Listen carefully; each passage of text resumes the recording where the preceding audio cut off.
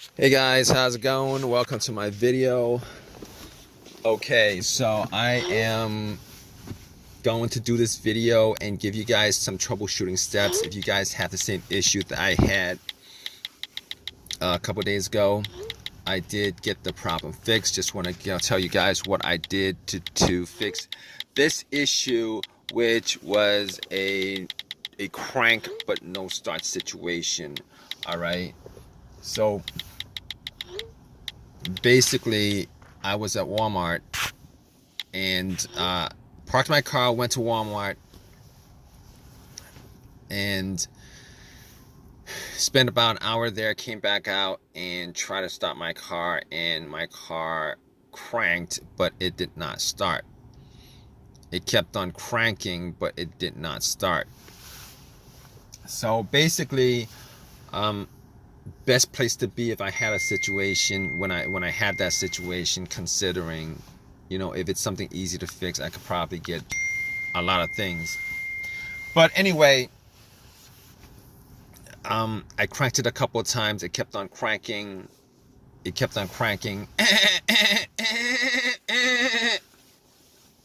Didn't start up, didn't crank over. So first thing that came to my mind was it's probably the battery, right? Haven't changed the battery for a couple years. Probably the battery. I haven't actually touched the battery for a couple of years. Haven't changed it. It was, there's probably corrosion. But here's the thing about it. It was a strong crank. It wasn't a weak crank. It wasn't a slow crank. It was a strong crank. So that actually had me thinking, maybe it's not the battery. So I turned on the headlights, went out and checked the headlights. The headlights were pretty bright. So that actually made more of a case that it's probably not the battery. So I opened up the hood, obviously, checked out the battery. There was some corrosion on there. There was some corrosion on there. There was some corrosion on the battery. So basically what I did was I took some cans of Coke that I bought and put 2 cans and pretty much just dunked it on the terminals. Pretty much just poured it on the terminals.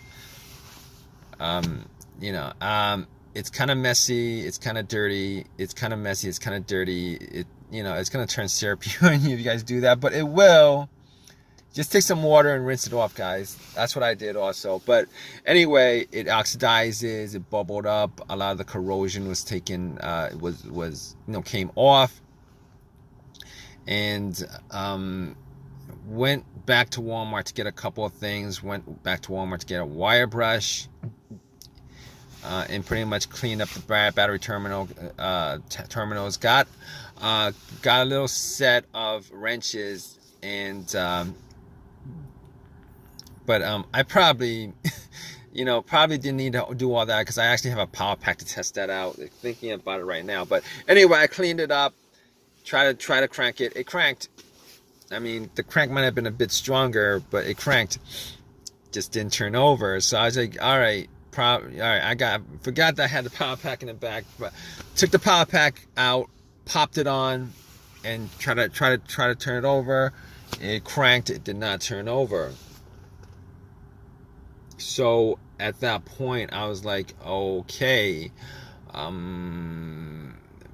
probably, I'm like, at that point, I was 100% sure it wasn't the battery, considering the cranks were strong. It kept on cranking pretty strong, and putting the power pack on there, it should have just started up. It did not start up.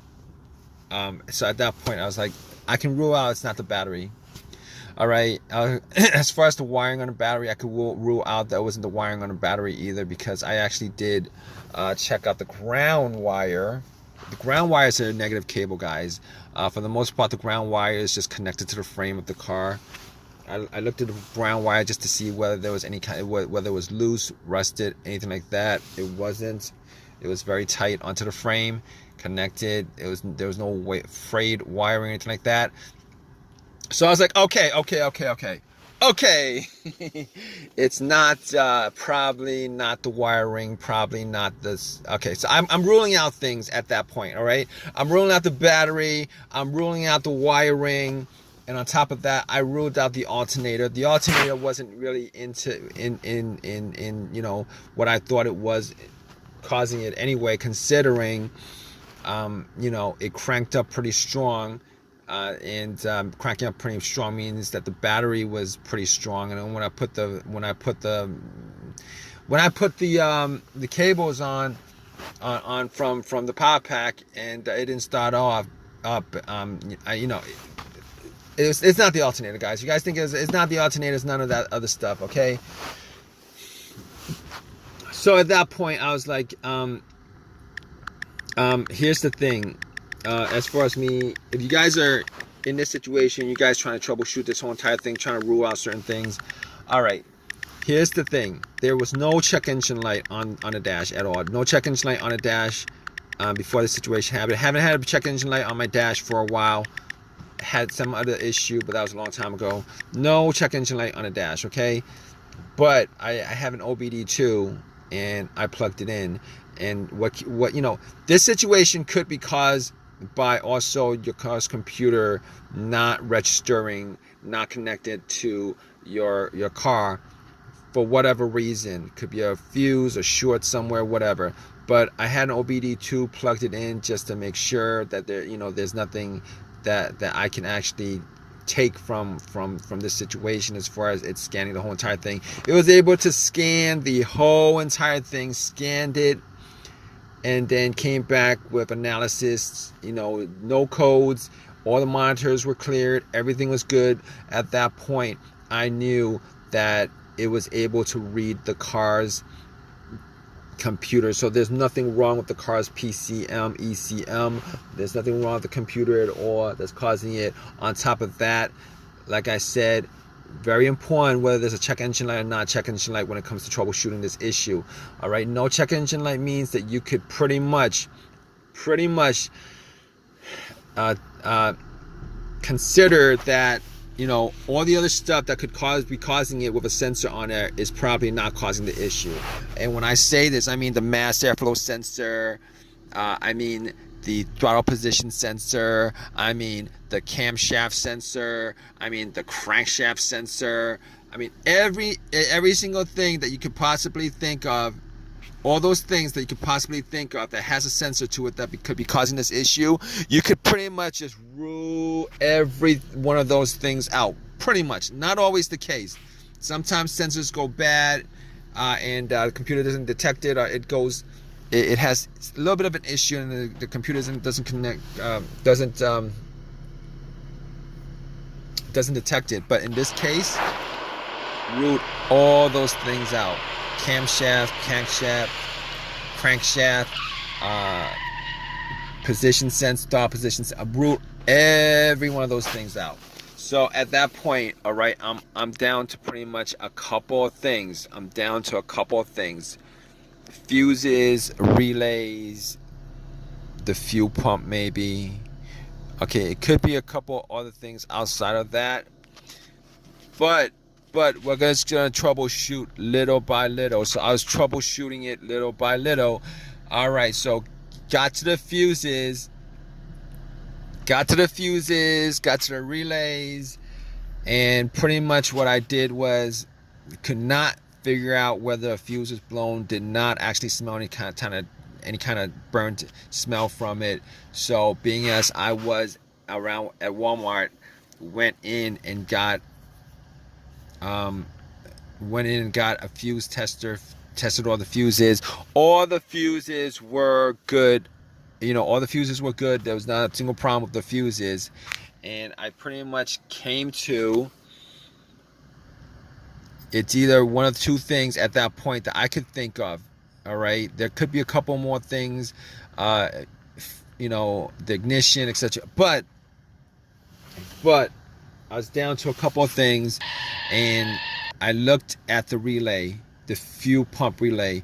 All right, but before I did that, I was thinking it might be the fuel pump. So I was in my car, and I was trying to figure out whether I could hear hear the fuel pump whizzing, priming.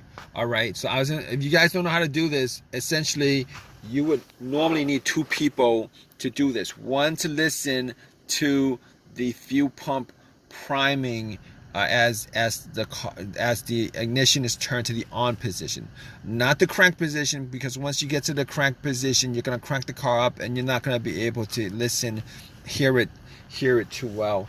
All right, so basically, I had, it was just me there, so I was sitting in the car and I turned it onto the on position, trying to hear whether there was a whizzing sound. All right, normally you will want somebody to turn on to the on position while somebody has the gas cap off, and you're listening to hear whether there's a motor sound. I couldn't do that. So I was listening, trying to hear it, and got to, I couldn't detect it at all. I could not detect it at all. Detect the sound at all. So at that point, I was like, oh, okay, all right, we're gonna just swap out some relays. So I looked at the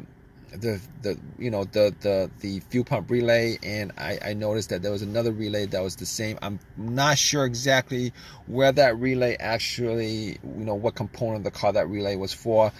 Popped that relay out, popped it in, popped the relays out of the fuel pump, popped that relay out, swapped it. Swapped it. Guess what? It cranked over. Easy fix. Because if it didn't crank over, I would have been sure that it was the fuel pump that was the problem, but it cranked over, guys.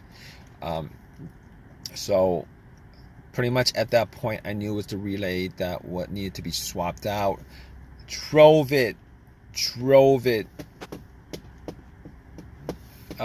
an AutoZone, got the relay, and pretty much just swapped the right one back, and threw away the bad relay, popped in a new one, and haven't had any issues since, guys. So if you guys are in this situation and you guys are looking for some troubleshooting tips on stuff like that, okay, just pretty much do what I did as far as troubleshooting each of those components. Hopefully you don't have a weird situation where it's some pretty crappy situation where it's a computer issue and the computer's not connecting to your car, which comes up every once in a while, or maybe even a fuel pump issue where you need to swap out a fuel pump, which is a lot more expensive than a relay. But I hope this has helped you guys out. If you guys like this video, please leave a comment in the comment section. Please subscribe. Please give me a thumbs up. Thanks. All right, guys, take care.